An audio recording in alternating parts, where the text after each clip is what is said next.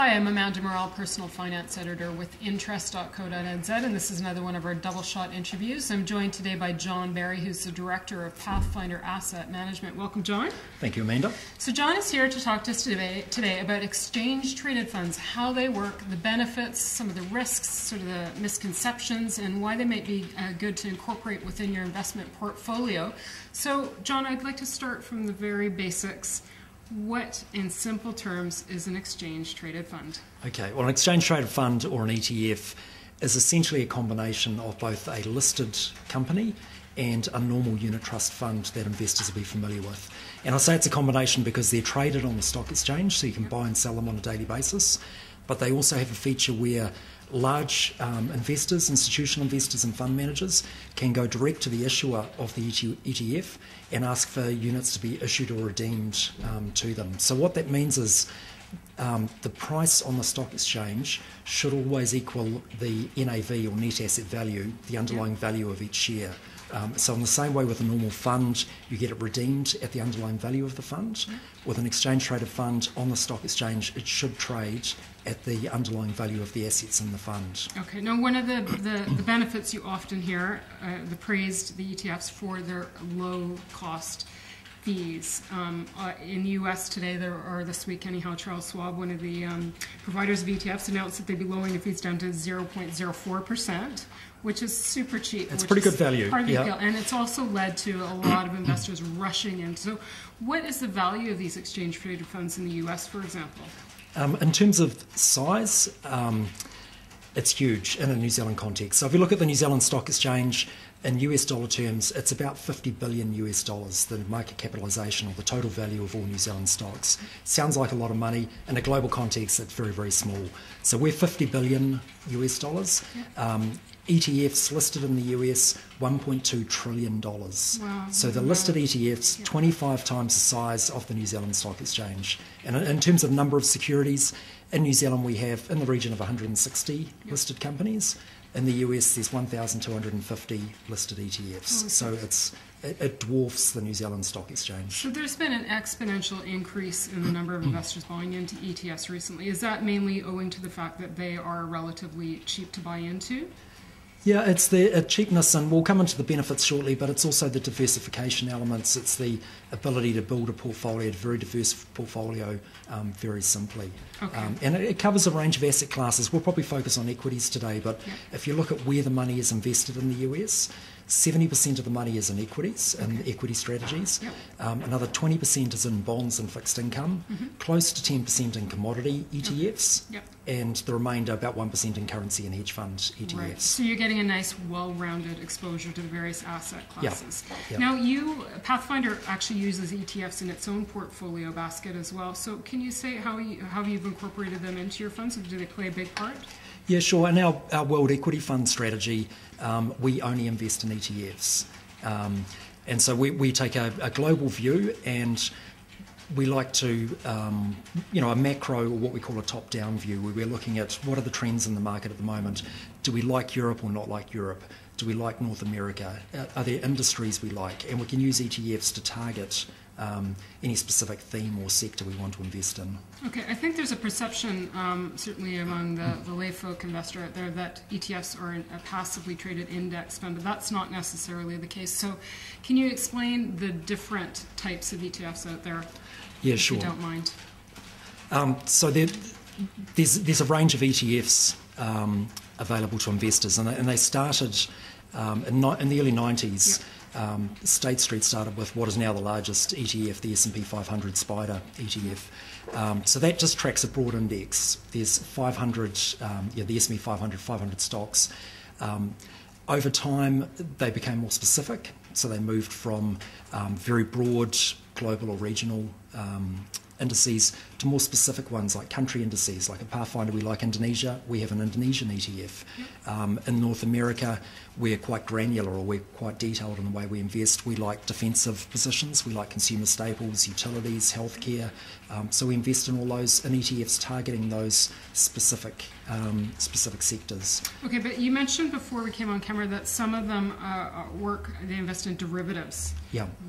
Can you explain to some of our viewers what the derivative investment would be in an underlying Yeah, sure. ETF? So derivatives, you probably heard them explained as unguided missiles or unexploded bombs. And what a derivative is it's a contract between two parties, and the underlying payments in the contract will be linked to a security. Okay. So in the case of an ETF, the ETF may enter a derivative contract with an investment bank, say over the S&P 500. So if the S&P 500 goes up, then the investment bank pays the ETF. If the S&P 500 goes down, the ETF pays the investment bank. Okay. So there's no underlying securities held there. There's a contract between two parties. The investment bank may be holding all the money of the ETF. So what that means is you have credit exposure on the investment bank. It means if the investment bank goes under, which we know has happened in recent times, then the value in the ETF may be destroyed. So at Pathfinder, we actually have a rule with investing in ETFs. We will not invest in any that have derivatives. Okay. We will only invest in ETFs that hold underlying shares and securities. Okay, so is this a risk that most investors would be aware of when they rush into an ETF, or is it explained to them, or I guess it depends if you're DIYing or going through a fund manager? Yeah, look, there's plenty of literature on the risks of ETFs, and I would say derivative-backed ETFs are one of the riskiest areas. Investors need to be aware of it. If you're investing with the main providers, and the main providers are Vanguard, BlackRock through iShares, and State Street, typically all of those are what we call replication ETFs, where they're buying the underlying securities. There won't be derivatives in there. And those three providers control about 80% of the US market. Okay. Outside of that, there can be a number of derivative-backed strategies. Okay. All right, so we've got a few slides here. So we've covered some areas here, but just on the subject of low management fees again. Now, investors in the U.S. are buying directly into an exchange-traded fund. Many of them are taking on some high risk. When New Zealand investors want to buy into an ETF through a fund manager, are they doubling up on fees, or because you're buying wholesale, are you still able to keep the fees relatively low? Is there a fee advantage in going through a fund manager to get that? Well, I suppose there's two sides to it. One is on the management fee side. For example, at Pathfinder, we invest in 15 to 20 ETFs. The average cost is just under 20 basis points, so 0.2%, and then we charge a management fee on top of that. Right. And then what do investors get for the management fee of Pathfinder or another New Zealand fund manager? Firstly, the PI tax status. Secondly, currency hedging. So we have a way we hedge exposures for investors. And thirdly, on the brokerage side, for investors to buy through a New Zealand broker directly into an ETF, they're probably going to pay 1% or more brokerage, which is very expensive. As a fund manager, we pay about 0.03%, so 30 times less than what a retail investor would. So there is an additional management cost. There is also the benefit of essentially frictionless brokerage. Okay, all right. Now let's move here to things to watch for, and you just were talking about hedging within an ETF. So how risky is this currency exposure?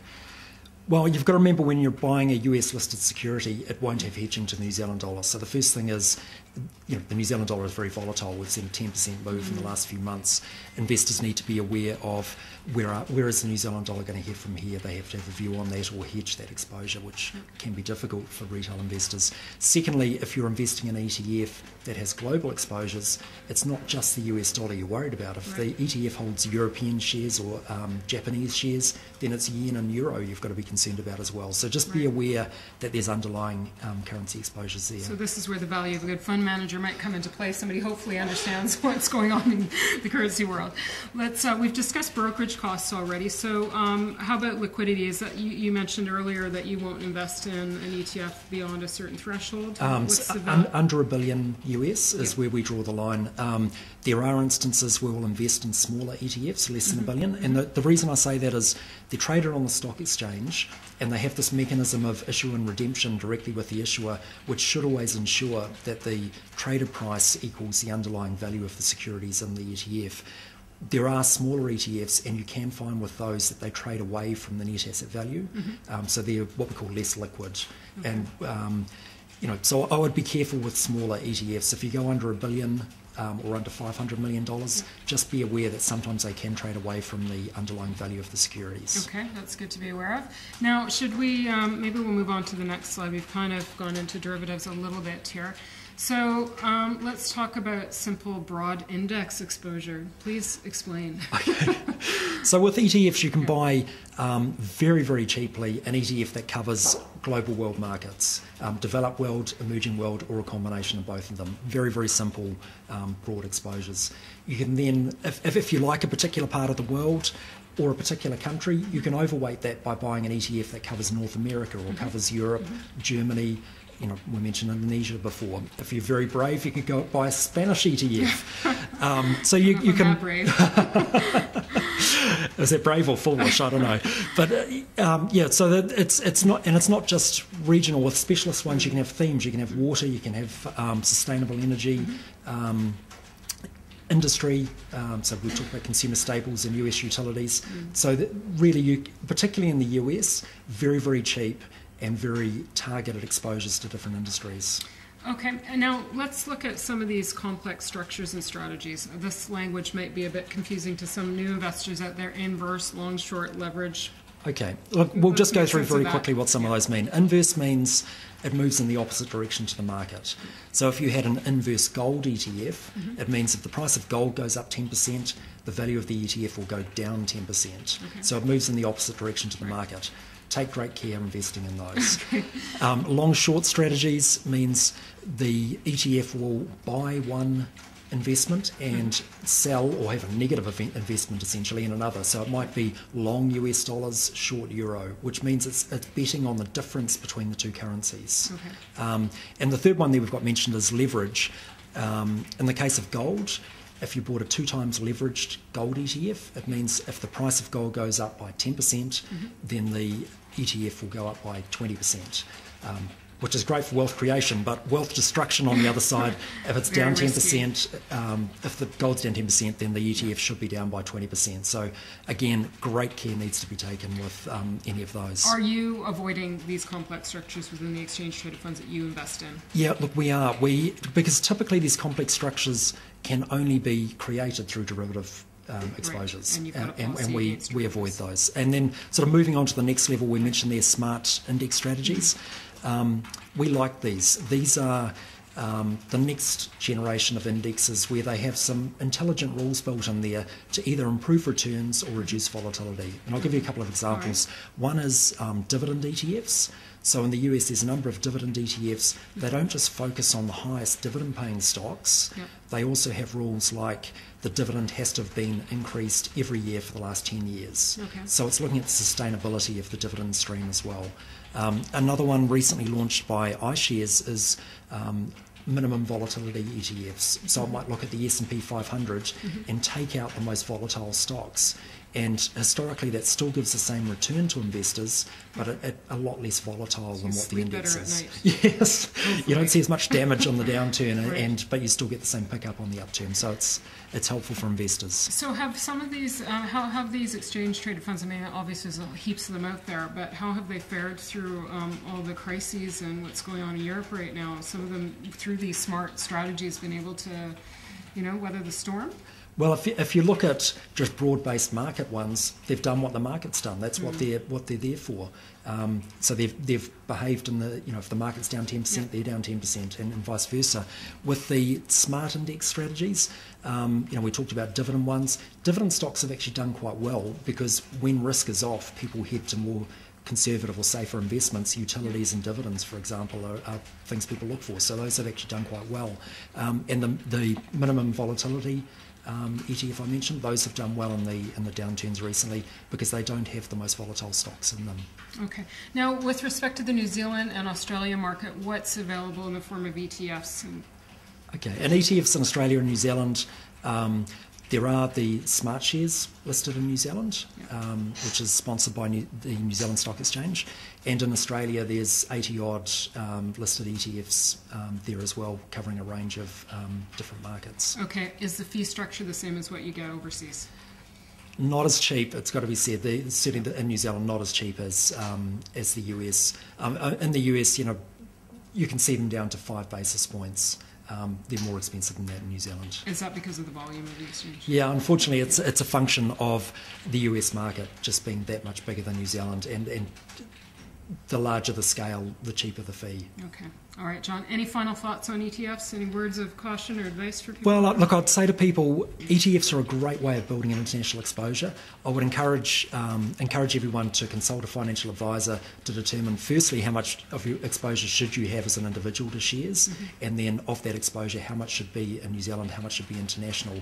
But the benefit of ETFs is the way you can construct your portfolio. You're not having to research and pick 10 stocks from around the world and be exposed to any particular stock. Right. At Pathfinder we have 15 to 20 ETFs. We can get exposure to 2,500 stocks. So it's very, very easy to create a diversified global exposure. Excellent. John Barry, thank you very much for joining us Thank you, today. Amanda. John is the Director of Pathfinder Asset Management in Auckland. I'm Amanda Morrall, Personal Finance Editor with Interest.co.nz, and this has been another one of our Double Shot interviews.